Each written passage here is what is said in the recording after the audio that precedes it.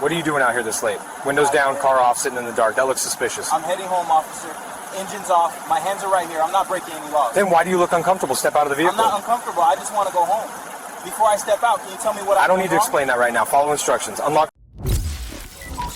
The body camera activates at 12:43 a.m. No sirens, no urgency, just another night patrol that was supposed to end quietly. Officer Marcus Reynolds, a 19-year veteran of the Graywood City Police Department, was working the southern industrial corridor of Graywood, Ohio. Empty warehouses, closed lots, the kind of area officers describe as low activity, high visibility. Nothing ever really happened there. That's why the car stood out. A dark sedan sat parked along the curb, engine off, lights out. It had been there long enough to feel intentional, not broken down, not abandoned, just waiting. Reynolds pulled in behind it and activated his lights. The driver didn't move. When Reynolds approached, the first thing he noticed were the hands. Both resting on the steering wheel, still, visible, deliberate. The driver was Thomas Keller, 52 years old, well-dressed, calm. His movements were slow and announced before he made them. License and registration came out clean, unwrinkled, already separated. No smell of alcohol, no nervous energy, no resistance, almost too controlled. Reynolds ran the information from his cruiser. The database returned nothing. No warrants, no alerts, no prior issues. A perfectly ordinary record that should have ended the stop. Instead, Reynolds lingered. He asked additional questions, where Keller was coming from, why he was parked there so late. Keller answered plainly, short responses, no attitude, no explanations beyond what was asked. He didn't ask why he'd been stopped. He didn't challenge the tone. He waited. That was the part Reynolds couldn't shake. When Reynolds asked Keller to step out of the vehicle, Keller complied immediately. He stood near the front of the patrol car, posture straight, eyes forward, hands visible. No cuffs, no citation, no stated violation. Still, Reynolds radioed for backup. The request sounded routine, officer safety. But the situation didn't match the language. There was no threat, no escalation, just a man standing quietly under flashing lights. Traffic passed occasionally. A semi roared by in the distance. The industrial strip stayed otherwise silent. Keller remained where he was told. He didn't pace, didn't shift his weight, didn't speak unless spoken to. Several minutes passed. Headlights appeared behind the patrol car. The second unit had arrived, and with it, the balance of the stop began to change, even though no one had said a word yet. The second cruiser rolled in without urgency. Its headlights washed over the scene, briefly flattening everything into stark contrast. The parked sedan, the patrol car, the man standing near the hood. The backup officer didn't rush. That alone mattered. Sergeant Daniel Hargreave, 44, night shift supervisor, 21 years on the job, enough time to recognize when a situation doesn't match the posture surrounding it. Before stepping out, Hargreave paused. He scanned the layout. No raised voices, no restraints, no paperwork in Reynolds' hands. The driver wasn't seated, but he wasn't detained either. That inconsistency stood out immediately. Hargreave exited his cruiser and walked forward at an unhurried pace. His eyes moved first to Keller, then to Reynolds, then back to Keller again. The man's stance was composed, formal, almost trained. "What's the situation?" Hargreave asked. Reynolds answered quickly. "Suspicious vehicle, late hour." Driver behavior raised concerns. Hargreave didn't respond right away. He looked at Keller. Keller didn't speak. That too was noted. Hargreave asked Reynolds what violation justified the continued stop. Reynolds hesitated before answering. High crime area, unusual parking behavior, officer safety considerations. None of those were violations. Hargreave turned his attention back to Keller. He asked if Keller had been told he was being detained. Keller answered calmly that he had not. Asked if he had been cited or arrested. He had not. Hargreave nodded once. The stop was out of balance. Reynolds shifted his weight. His tone sharpened. He stated that the driver had been evasive earlier, that he'd questioned authority, that he'd made the situation more complicated than it needed to be. Hargreave didn't raise his voice.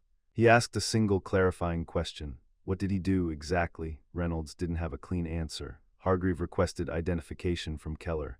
Keller announced his movement, reached into his jacket, and handed over a credential wallet without stepping forward. Hargreave opened it. The change wasn't dramatic, no visible shock, just a pause that lasted half a second longer than normal. His eyes moved across the card once, then again, more carefully.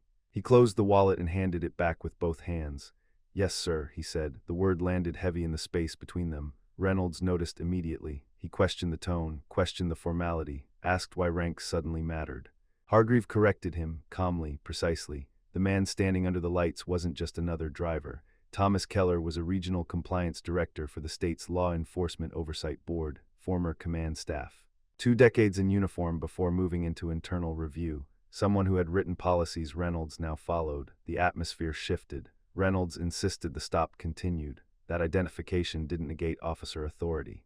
That backing down would set a bad precedent. Hargreave didn't argue. He took control. He clarified that Keller was not being detained, that there was no articulable cause to continue the stop. That procedure required it to end. Reynolds resisted. That resistance would later matter more than anything said. Hargreave stepped between them, positioning his body deliberately. He addressed Keller directly and told him he was free to go. Keller nodded once, no commentary. No satisfaction. As he turned back toward his vehicle, Reynolds took a step forward. Hargreave stopped him immediately. That moment, brief, silent, unmistakable, would later be replayed frame by frame. Keller drove away without incident. The street returned to stillness, but the stop was no longer over. It had simply moved to another level. The cruiser lights shut off one by one. First, Keller's tail lights disappeared into the dark.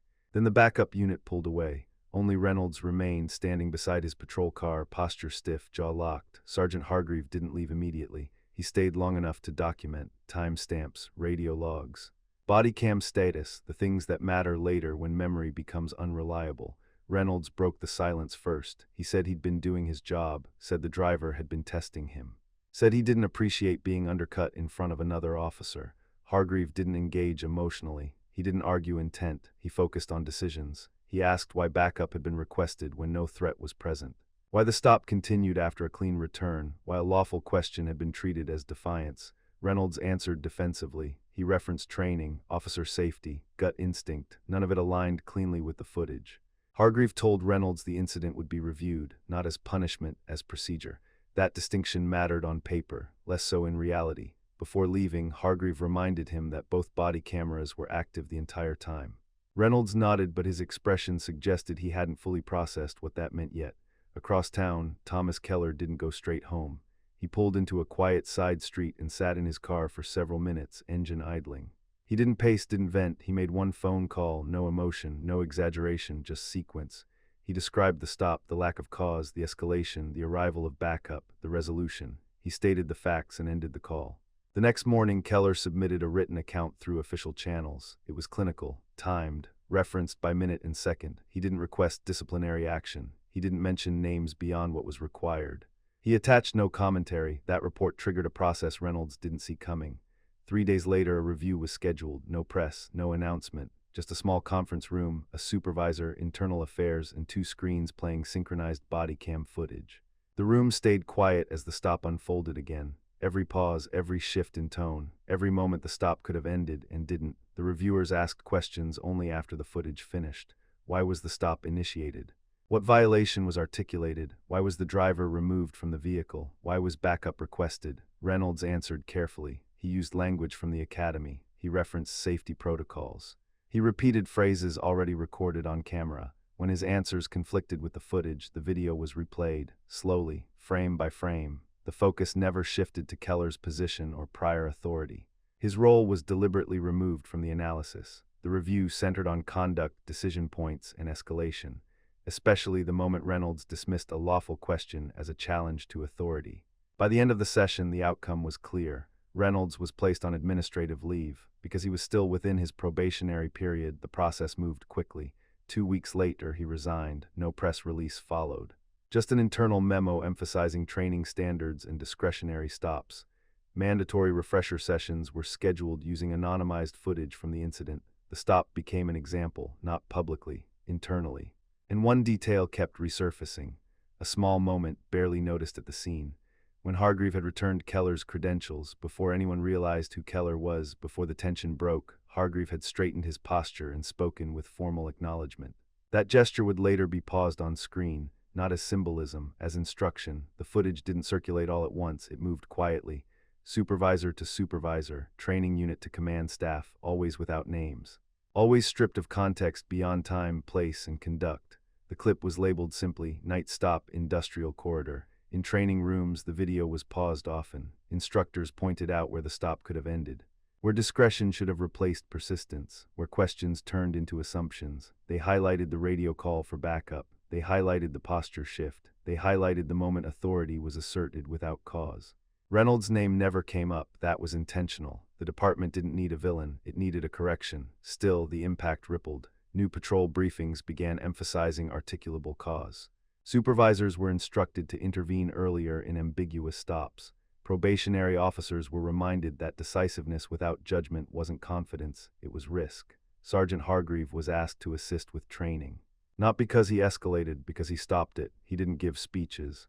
He didn't frame the incident as a lesson learned. When asked about it privately, he described it in one sentence. It didn't need to go that far. Thomas Keller remained absent from the conversation. He wasn't interviewed. He wasn't quoted. He wasn't asked to participate in training. That absence mattered. The system corrected itself internally without applause or validation. On paper, the incident resolved cleanly, but among patrol officers, the story lived on, not as gossip, as shorthand. "Remember that Greywood stop?" someone would say during a late shift. Everyone knew which one. The message wasn't about rank, it wasn't about connections, it was about restraint and what happens when it's ignored. Weeks passed. Reynolds' patrol car was reassigned, his locker cleared, his name removed from the roster. No formal announcement marked his departure. One night, long after the review ended, Hargreave stood alone in the same industrial corridor during another quiet shift. Same stretch of road, same empty lots, same stillness. Nothing happened, and that, he thought, was exactly the point. The incident faded from schedules and agendas, but not from memory. For officers who'd seen the footage, it became a reference point, not something discussed openly, but something felt. A recalibration. Stops ended sooner. Explanations came earlier. Backup calls were weighed more carefully, not because of fear. Because of awareness. Sergeant Hargreave noticed the shift first during ride-alongs. Younger officers asked different questions now, not how to assert control, but when to release it. Not how to dominate a scene, but how to recognize when it didn't belong to them anymore. He answered the same way every time. "If you can't explain why you're holding someone, you probably shouldn't be." Thomas Keller never followed up.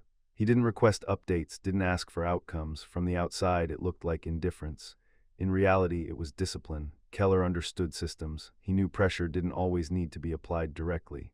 Sometimes documentation was enough. Months later, Keller attended a closed-door policy meeting in Columbus. The agenda focused on discretionary stops during low-activity hours. Data was presented, trends discussed, no stories. No anecdotes. Near the end of the meeting, Keller spoke once. He didn't mention Greywood. He didn't mention Reynolds. He spoke about escalation, about how authority erodes when it's overused, about how trust isn't lost in dramatic moments, but in quiet ones that never make headlines. The room listened. Afterward, nothing was said about his comments. No one needed to say it. Back in Greywood, a new class graduated from the academy. Their field manuals included updated language, small changes, specific phrasing, clarifications around detention thresholds. The footage was still used, paused, replayed. Always at the same moment, the moment where the stop could have ended and didn't. Time did what it always does. Paperwork replaced memory. New incidents pushed old ones down the stack. The stop on the industrial corridor stopped being recent and became historical, but not irrelevant. For Sergeant Hargreave, it settled into something quieter. A reference he carried into every shift briefing, every late-night call, every moment where a younger officer looked to him for direction without asking. He never said, "Remember Greywood." He didn't have to. Thomas Keller returned fully to his routine. Audits, reviews, policy alignment. His report remained archived, cited once in an internal memo, then left untouched. That was enough. The system had absorbed it. In one sense, nothing dramatic came from the incident. No lawsuits, no headlines, no viral footage. And yet something had shifted. Stops ended sooner. Language softened. Questions were answered instead of challenged. Authority became quieter. The incident didn't change the department overnight. It didn't fix policing. It didn't rewrite culture. But it drew a line, not between good and bad, between restraint and ego, between control and judgment. Years later, new officers would still watch that anonymized clip without context. They wouldn't know the names. They wouldn't know what happened afterward. They would only see a moment where one officer pressed forward without cause and another stepped in and stopped it. And that was enough. There was no final meeting, no closing statement, no official conclusion announced out loud. The incident ended the same way most real ones do, quietly. Officer Marcus Reynolds' resignation was processed without ceremony. His badge was turned in, his access revoked, his name removed from schedules and systems. Within weeks, the department moved on. No one spoke about him directly, but everyone understood what had happened. Sergeant Daniel Hargreave continued his work as usual. Same shifts, same streets, same responsibilities. To anyone watching from the outside, nothing about his career changed. Internally, everything did. He became the example that didn't need explaining, not the officer who made an arrest, not the one who escalated. The one who stopped something before it became irreversible. Thomas Keller never referenced the stop again, not publicly, not privately. He didn't need to. The report he filed stayed where it belonged, inside the system, doing exactly what it was designed to do. Correcting behavior without spectacle, creating accountability without noise. Years later, the footage still exists, stripped of names, stripped of rank, reduced to posture, tone, timing. Recruits watch it during training and are asked a simple question: where should this stop have ended? Most answer the same way. Early, before authority became personal, before control replaced judgment, before someone felt the need to win a situation that never required it. That's the part that lasts, not the lights, not the confrontation, not the consequence, the restraint. And somewhere on a quiet industrial road in Graywood, Ohio, cars still park late at night.